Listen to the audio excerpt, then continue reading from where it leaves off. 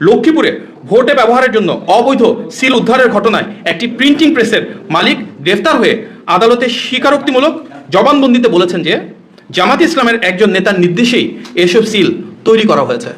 এমনকি তার হোয়াটসঅ্যাপে পাওয়া অর্ডারের তথ্য, জব্দকৃত আলামত ও সংশ্লিষ্ট প্রার্থীর সঙ্গে ঘনিষ্ঠতার প্রমাণও প্রাথমিক তদন্তে পাওয়া গিয়েছে, যা নির্বাচনকে প্রভাবিত করার একটি ষড়যন্ত্রের দিকে ইঙ্গিত দিচ্ছে। আমরা এই ঘটনার সঙ্গে জড়িত সবাইকে আইনের আওতায় আনার দাবি জানাচ্ছি, সুষ্ঠু তদন্ত চাচ্ছি এবং ইতিমধ্যে গণমাধ্যমে এই বিষয়গুলো আসা শুরু করেছে।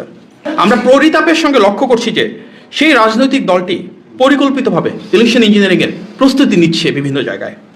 লক্ষ্মীপুরে সেই দলের নেতাদের দ্বারা ভোটের সিল তৈরির ঘটনা তারই প্রমাণ।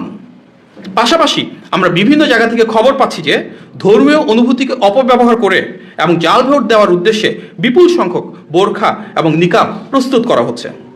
এই পরিপ্রেক্ষিতে নির্বাচন কমিশনের প্রতি জোরালো আহ্বান জানানো যাচ্ছে যে প্রতিটি ভোট কেন্দ্রের নারী কক্ষে অবশ্যই পর্যাপ্ত সংখ্যক নারী পোলিং অফিসার নিয়োগ নিশ্চিত করতে হবে।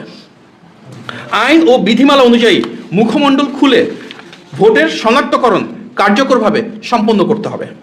এ বিষয়ে নির্বাচন কমিশন ইতিমধ্যেই স্পষ্ট নির্দেশনা দিয়েছে যে ন্যাশনাল আইডি কার্ড বা হজের ছবি তোলার সময় যেভাবে মুখ খোলা রাখা হয়, ঠিক একইভাবে ভোট গ্রহণের সময় নারী পোলিং কর্তৃপক্ষের সামনে মুখ খুলে পরিচয় নিশ্চিত করতে হবে।